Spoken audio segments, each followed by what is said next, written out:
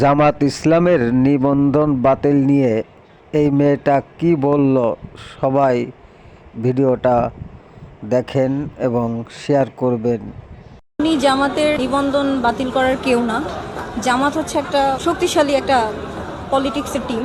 তো এখানে এদের বাতিল করা তো কিছু নাই, কারণ আগের থেকে এরা হয়ে আসছে। আর বাংলাদেশ যেহেতু 95% মুসলমান, তো ধর্মপ্রাণ মানুষ, এরা কখনোই চাইবে না জামাত বাতিল হোক। আর উনি কে যে জামাত ইসলামের মতো একজন শক্তিশালী একটা রাজনৈতিক দলকে বাতিল করার? উনি তো আমার মনে হয় না ইসলামের কিছুই জানে।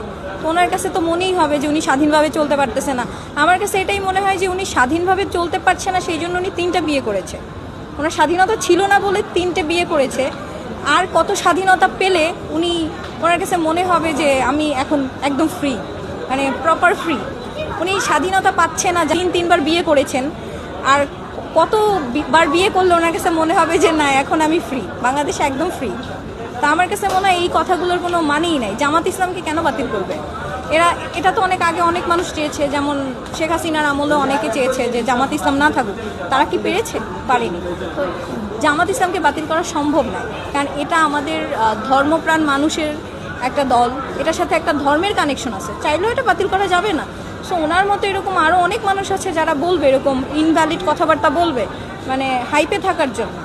সেজন্য কি জামাত ইসলাম বাতিল হবে? হবে না তো। ওনার মতো একজন, কি বলবো আমি, ওনাকে কিছু বললেই আমার মনে হবে ওই ওয়ার্ডটাকে ছোট করা হয়। সরি টু সে, উনি দেখতে পারে ভিডিওটা, আমি রিয়েলি সরি, কিন্তু আমার মনে হয় যে ওনার এটার জন্য ক্ষমা চাওয়া উচিত ছিল, ওনাকে দিয়ে ক্ষমা চাওয়ানো উচিত ছিল। যে উনি এরকম একটা মানে উক্তি রাখে কিভাবে যে জামাত ইসলামের নিবন্ধন বাতিল করবে? কেন বাতিল করবে? উনি আর কি স্বাধীনতা যাচ্ছে?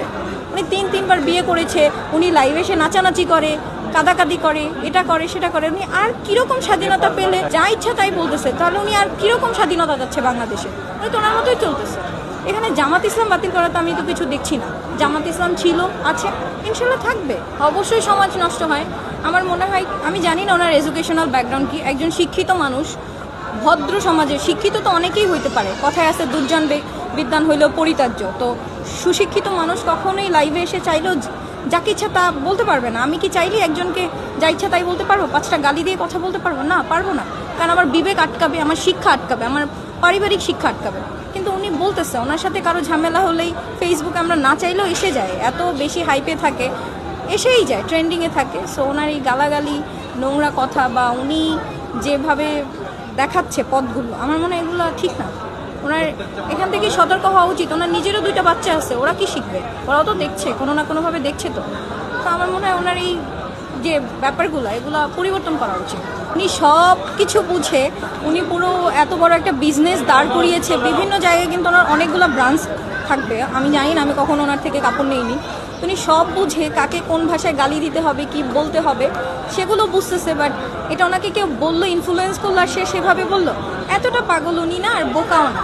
এটা হচ্ছে কি, আসলে এখন যে রানিং সরকার আছে বাংলাদেশ ন্যাশনালিস্ট পার্টি, এদের আসলে এক প্রকার পাচাটা, এটাই আমার মনে হয়।